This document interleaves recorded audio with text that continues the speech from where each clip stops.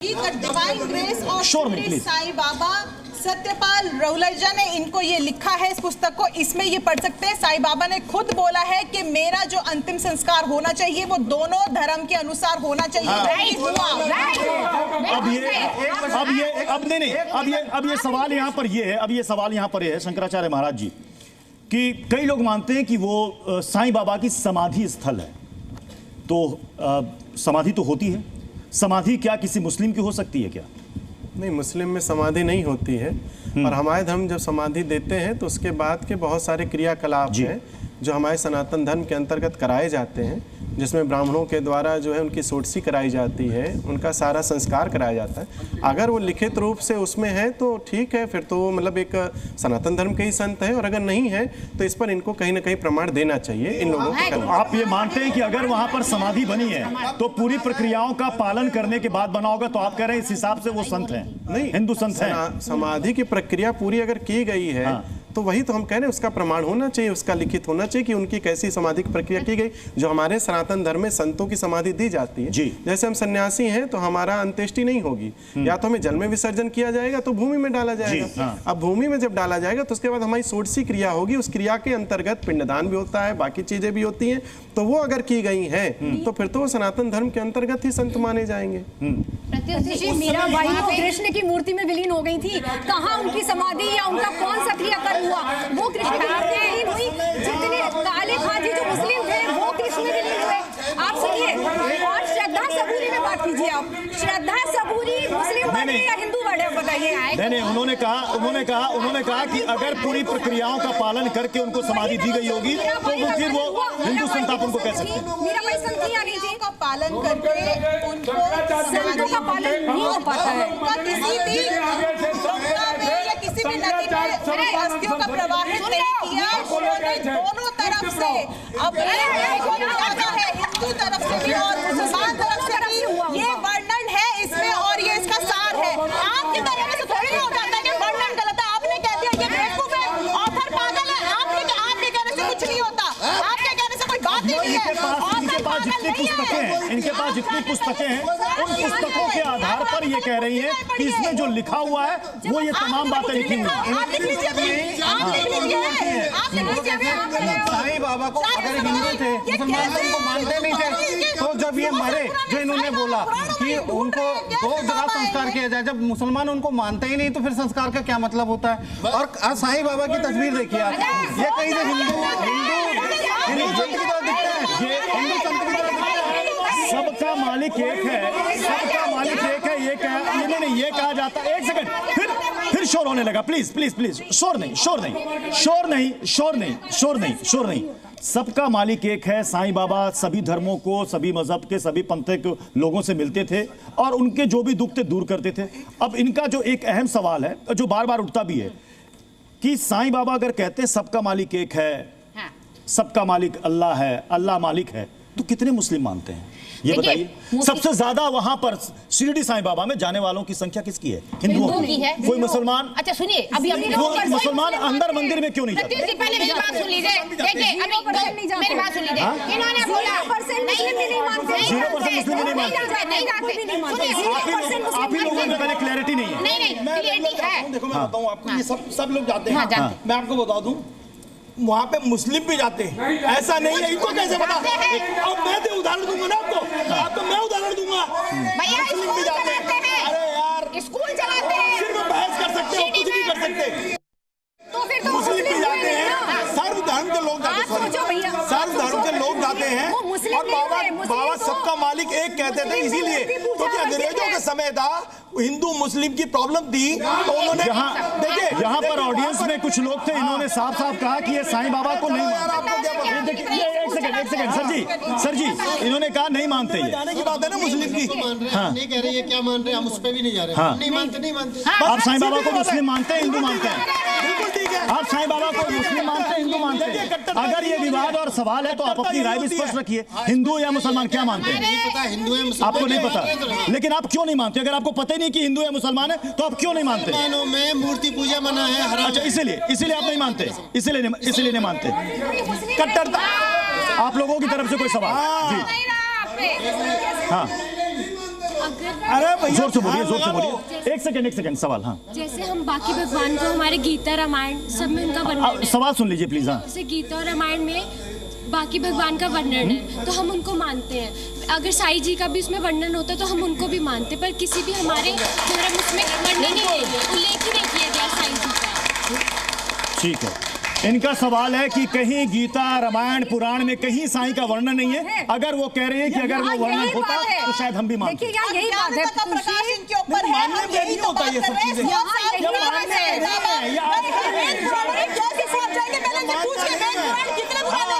उसके बाद कितने गुरु आए, आजकल गुरु जी भी प्रचलन में है, मानते हैं इसमें से कितने गुरु जी को? क्या उनका गुरु जी का, क्या उनको श्रीमद्दास ये लोग बोलते हैं, शहद वर्षा कराते हैं, घर में सत्संग कराते हैं, क्या उसका प्रमाण है? पुराना में इनसे पूछिए जरा इस बात का। युवा आज के जन्म में सबसे ज्यादा गुरु जी ब्लेसिंग्स करती है। अब इनकी तरफ से एक सेकंड, अब इनकी तरफ से एक सवाल आया है, इनकी तरफ से एक सवाल आया है। एक सेकंड, आराम से। अब सुनिए, करिश्मा जी ने एक सवाल किया, करिश्मा जी ने सवाल किया कि यहाँ पर मौजूद लोगों से आप पूछिए कि इनमें से कई लोग गुरुओं को मानते होंगे, कई बाबाओं को मानते हैं, क्या उन बाबाओं का, गुरुओं का वेद या पुराण में कहीं जिक्र है? तो उनको क्यों मानते हैं? आप नहीं मानते? भगवान बना लेंगे।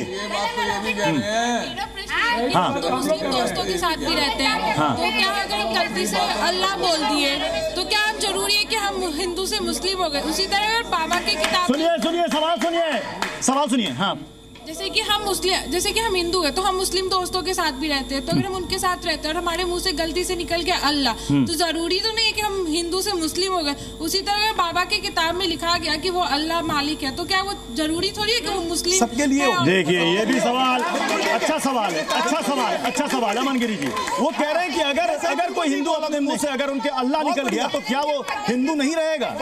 ऐसी गलतियां तो कई बार हो रही हैं। मंदिर में आज भी मस्जिदें बनी हुई हैं और उन मजारों पे मुसलमान ही झाड़ फूक करते हैं, ये भी गलती से ही हो रहा है, ये भी अज्ञानतावश हो रहा है। लेकिन आप इस तथ्य को नहीं टाल सकते। साईं बाबा की जो पिक्चर बनाई है सिटी संस्थान है, पहले चित्र में ही साईं बाबा चिलम पीते हुए दिखाए गए हैं, नहीं है। चलिए, यहाँ पर साईं बाबा पर सवाल उठ रहे हैं कि साईं बाबा हिंदू थे, मुसलमान थे, साईं बाबा भगवान थे या इंसान थे। तो साईं बाबा को लेकर के जो अब तक लिखित है या फिर कई मान्यताएं हैं, उनकी फैमिली ट्री या वंशावली क्या है वो हम आपको दिखाते हैं। पिता का नाम परशुराम भुसारी, माता का नाम अनुसुईया भुसारी, और इनके जो संतान थे, पहला पुत्र इनका परशुराम भुसारी जी का रघुपति, दूसरे पुत्र दादा, तीसरे पुत्र हरिभाऊ, चौथे पुत्र थे अंबादास बलवंत। अब ये देखिए, इसके बाद फैमिली ट्री में जाइएगा तो इनके पुत्र महारुद्र और परशुराम बापू और उनके पुत्र रघुनाथ। जो पाथरी का जिक्र आता है कि पाथरी ही उनका गांव था साईं बाबा का, पाथरी का घर इन्होंने ही बेचा था। मैं यहाँ पर करिश्मा जी आपको बुलाना चाहूंगा, आप मेरे साथ आइए, क्योंकि आपने वंशावली का सबसे पहले जिक्र किया था। आप जरा आइए और ये जो वंशावली है इसे जरा आप डिटेल में बताएं, क्योंकि आपने वंशावली का जिक्र किया था, आपने गोत्र भी बताया था। देखिए, मैंने शुरुआत में ही कहा था, सदगुरु साईं दर्शन पुस्तिका है जो शशिकांत शांताराम गडकरी जी ने लिखी है, और उसमें ये सारी चीजों का वर्णन है। मैंने पहले ही कहा था कि उनके माता पिता का नाम अनुसुईया भुसारी और परशुराम भुसारी था, और उसके बाद उनके 5 पुत्र थे जो कि विपक्ष ने डिनाई किया, जो कि 5 पुत्रों के नाम थे। और ये तीसरे पुत्र थे हरिभाऊ, यही साईं बाबा। तीसरे पुत्र साईं बाबा थे, हरिभाऊ भुसारी तीसरे पुत्र साईं बाबा थे। अंबादास बलवंत, रघुपति, ये सारे उनके भाई थे, 5 भाई थे। तर्क है क्यों नहीं है आप जी। उसके बाद इनका जो गांव था वो पाथी गांव था और शिरडी में ही रहते थे। कुछ सालों के लिए ये चले गए थे, मगर जब ये वापस आए तो इन्होंने, जिनको ये चांद मियां कहते हैं, चांद मियां एक इंसान था, उसके साथ उसके पास ये आए थे, उनसे भिक्षा ली, उससे भिक्षा ली, और उसके बाद वहां से उनका नाम कहते हैं चांद मियां। अब यहाँ पर सवाल ये खड़ा होता है कि साईं बाबा इसी कालखंड में जन्मे, साईं बाबा ने इसी कालखंड में देह त्यागा, यानी कि वो एक इंसान के रूप में आए और फिर उनकी मृत्यु हुई, उनका देहांत हुआ, उन्होंने देह त्यागा। अब एक सवाल यहां पर यह भी खड़ा किया जाता रहा है शंकराचार्य महाराज जी कि एक मृत इंसान की पूजा सनातन में नहीं हो सकती, नहीं हो सकती। भगवान की, देवताओं की पूजा हो सकती है, मृत इंसान है इसलिए उनकी पूजा नहीं हो सकती। यह तर्क दिया गया। मंदिरों में नहीं हो सकती, मंदिरों में नहीं हो सकती, पूजा बिल्कुल वर्जित है, नहीं होना चाहिए। सनातन में कहीं भी पूजा नहीं होना चाहिए, ठीक है। अब इससे जुड़ा एक सवाल है, कैंची धाम जानते होंगे आप, नीव करौरी बाबा, लाखों करोड़ों अनुयायी हैं, भक्त हैं उनके, मानते हैं उनको। आप कभी गए हैं मंदिर? नहीं गए हैं। आप लोगों में से कितने लोग गए हैं कैंची धाम? कितने लोग हैं? हाथ उठाइए। आप गए हैं? मंदिर में क्या देखा आपने? हनुमान जी की, दुर्गा जी की नहीं, उनके हनुमान जी, वो हनुमान जी के भक्त थे। और फिर उनका मंदिर में क्या क्या है? सारी मूर्तियां लगी हुई हैं, ठीक है। वहां पर मुझे शंकराचार्य महाराज जी बताइए कि वहां कैंची धाम में नीव करौरी बाबा की भी एक प्रतिमा है और वहां पर बाकी देवी देवताओं की भी प्रतिमा है। वो भी इसी कालखंड में जन्मे, इसी कालखंड में उन्होंने देह त्यागा। उनको तो लेकर कोई विवाद नहीं है, लेकिन साईं बाबा को लेकर इतना विवाद क्यों है? जी नहीं, मेरा सवाल है जवाब।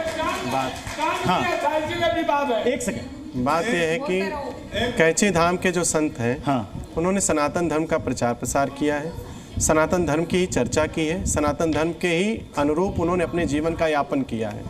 साईं बाबा के विषय में सनातन धर्म के प्रचार प्रसार के लिए कोई ऐसा विषय अभी तक किसी को नहीं प्राप्त हुआ है, साईं चरित्र में भी नहीं है। उन्होंने कोई धर्म अनुष्ठान कराया हो, यज्ञ कराया हो, कहीं पे सत्संग किया हो जहाँ राम कथा, शिव कथा, कृष्ण कथा या इनके विषय में कोई चर्चा की हो। तो इसलिए हमारे यहाँ उन संत की, और वो भी व्यक्तिगत उनका स्थान है, इसलिए उनकी प्रतिमा वहाँ लगाई गई है। आज भी हमारे सनातन धर्म के किसी मंदिर में कैंची धाम वाले नीम करौली बाबा के मंदिर में मूर्तियां नहीं लगी हैं, लगी हुई है, कभी लगा सकते, लगी हुई है नहीं। वहां पर वहां नीम करौली बाबा की मूर्तियां हैं और वहां पर बाकी देवी देवताओं की भी मूर्तियां हैं। वहीं पर दुर्गा जी की, वहां दुर्गा जी की प्रतिमा है या नहीं? वहां पर महादेव है या नहीं? महादेव का है, हनुमान जी का है, सब मूर्तियां हैं जी। अगर ऐसा कहेंगे तो करपात्री जी महाराज के आश्रम में उनकी फोटो है, लेकिन और कहीं नहीं है। लेकिन तो आप ही के सामने हमने कहा ना, कैंची धाम का मैंने जिक्र किया। कैंची धाम में आपने बिल्कुल ठीक कहा, वहां पर है, लेकिन बिल्कुल अलग है। देवी देवताओं के साथ नहीं है जैसे यहाँ पर है। ऐसे नहीं है, वहाँ अलग है, देवी देवता अलग है, माता रानी अलग है, और कहीं ना कहीं कैंची जो बाबा जी है। लेकिन शंकराचार्य महाराज जी का कहना है कि अगर कहीं ऐसा है तो उनके लिए अलग होना चाहिए, वहां देवी देवताओं का स्थान नहीं होना चाहिए। यही कह रहे हैं महाराज जी, यही कह रहे हैं महाराज जी। एक सेकंड महाराज जी का, मैं वही कह रहा हूँ, साथ में हमारे सनातन धर्म के जो देवी देवता हैं उनके साथ उनकी प्रतिष्ठा नहीं हो सकती है। अलग हम कहीं भी कक्ष बना करके उनका स्थान स्थापित कर सकते, अगर वो भी हमारी आस्था अपना व्यक्तिगत किसी संत में है तो। जैसे तुलसीदास जी का मंदिर कहीं नहीं मिलेगा, कहीं एक आध जगह मूर्ति उनके यहाँ मिलेगी। ऐसे ही हम अगर किसी के प्रति हमारा प्रेम है, समर्पण है और हमारे आस्था का केंद्र है तो हम उसकी स्थापना कर सकते हैं। लेकिन हमारे सनातन धर्म के अंतर्गत अगर वो हमारे हमारे वेद पुराण शास्त्र के अनुसार है। आपने कहा कि अगर किसी की आस्था है तो आस्था पर सवाल नहीं खड़ा किया जा सकता। करोड़ों साईं भक्त हैं, करोड़ों साईं भक्त हैं। एक सेकंड सर, मेरा सवाल पूरा हो जाने दीजिए सर प्लीज। करोड़ों साईं के भक्त हैं और आप अगर जाएंगे किसी भी शहर में जाएंगे, लगभग हर मंदिर में साईं की पूजा, साईं की आरती होती है, बाकी देवी देवताओं की भी पूजा होती है और ये सालों होती चली आ रही है। तो क्या आप कहेंगे कि जितने भी पुजारी मंदिर में पूजा करा रहे हैं उनको सनातन के बारे में कोई ज्ञान नहीं है, वो दिग्भ्रमित हैं या फिर लोगों को भ्रम में डाल रहे हैं? मेरा जवाब प्लीज आ जाए। एक सेकंड इनका जवाब लेने फिर मैंने भी यही प्रश्न चिन्ह अभी लगाया था जब हमारे ऊपर पाताल बाबा जी रुष्ट हो गए। मैं यही पूछना चाहता हूँ, मैं यही एक सेकंड मेरे देखे एक सेकंड पाताल बाबा जी एक सेकंड। अच्छा, और बात रही शंकराचार्य की पीठ परंपरा की, उस पर कभी इनसे हमारी बहस कराइए, हम बताएंगे। अब एक सेकंड इनको जवाब पूरा कर लेने दीजिए प्लीज पाताल बाबा प्लीज। हमने पहले भी कहा कि जिन लोगों ने मूर्तियां स्थापित की उनसे पूछा जाए कि उन्होंने क्या मंत्र, क्या यंत्र, क्या तंत्र, क्या वेद, क्या पुराण, क्या शास्त्र के अनुसार उन मूर्तियों को मंदिरों में स्थापित किया। इसका जवाब ब्रह्म है। नीम करोली बाबा का आपने उदाहरण दिया पीयूष जी, ये जी सिनेमा कॉल से वर्ल्ड में जाएगा। नीम करोली बाबा नहीं लिखता था, साईं ये लिखता है। नीम करोली बाबा नहीं लिखते हैं कि शंकर करोली, राम करोली, ये साईं लिखता है। साईं राम, साईं शिव, साईं कृष्ण, साईं राधा, ये लिखता है। नीम करोली बाबा कभी नहीं लिखा। नीम करोली ये इसीलिए संत हुए दूसरे राम का, कृष्ण का नाम लेकर के, और ये अपने को ये घोर ये हिंदू विरोधिता है। ये तो इसके मुद्दे को जबरदस्त हटाना चाहिए। ये विदेशों से पैसा करके हर एक जगह बना है। अदनान खामोशी का पैसा लगे बना है। बात को उसी को आगे बढ़ाते हुए कि साईं बाबा के नाम से एक और बात है, हमारे विजयदशमी को, हमारी रामनवमी को, गुरु पूर्णिमा को साईं वालों ने क्यों कब्जा कर लिया? हमारे जो त्योहार कब्जा कर लिया मतलब और क्या अरे ये राम साईं राम साईं राम के बाद विजयदशमी मरने का त्योहार क्यों मनाते हो आप? किया जाए। इनका एक बड़ा आरोप कि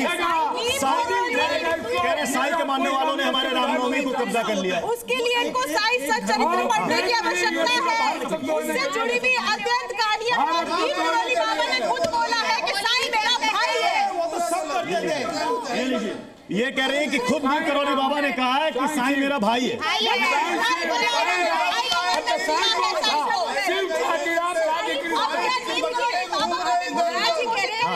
अगर मान लीजिए शिरडी उनका जन्म स्थान है, वहाँ उनकी मूर्ति बनी, तो हर मंदिर में स्थापित करने वाले जब हो रहे थे तब उस समय क्यों नहीं लोगों ने ऑब्जेक्शन किया? आप ही का सवाल मैंने उठाया कि जब मूर्ति स्थापित होकर के पूजा होनी शुरू हो गई तो उस वक्त सवाल क्यों नहीं उठाया? आप ही का सवाल कर रही हैं। ऐसा है कि प्राण प्रतिष्ठित मूर्ति को हटाया जाए, बस इसका आप जवाब दीजिए। हमारे सनातन में कहा गया है, हमारे सनातन में कहा गया है को कैसे हटा सकते हैं? लेकिन देखिए, 100 बात की एक बात की नहीं हटा सकते। आस्था हर किसी का अपना निजी मत है, निजी विषय है, जिसको उसमें वो मान करके उनकी पूजा कर सकता है। इस पर कोई बंदिश तो नहीं होनी चाहिए। जिसकी जिस पर आस्था है वो पूछ सकता है, वो भगवान को पूजे, वो देवता को पूजे, वो गुरुजन को पूजे, और ये इसके लिए सभी स्वतंत्र है। चलिए बहुत बहुत शुक्रिया आप सभी का हमारे साथ इस चर्चा में शामिल होने के लिए। सांवरिया जी जाते जाते भजन हो जाए। मैं तो इतना ही कहूँगा जी, बोले श्याम प्यारे की बैठ जाओ। सांवरिये की लाठी में आवाज कभी ना आएगी, श्याम प्रभु की लाठी में आवाज कभी ना आएगी, सब दरवाजे बंद मिलेंगे जिस दिन ये पड़ जाएगी। तो हमारे खास कार्यक्रम में आज बस इतना ही। खबरों का सिलसिला लगातार जारी रहेगा, बने रहिए जी न्यूज के साथ। जी न्यूज।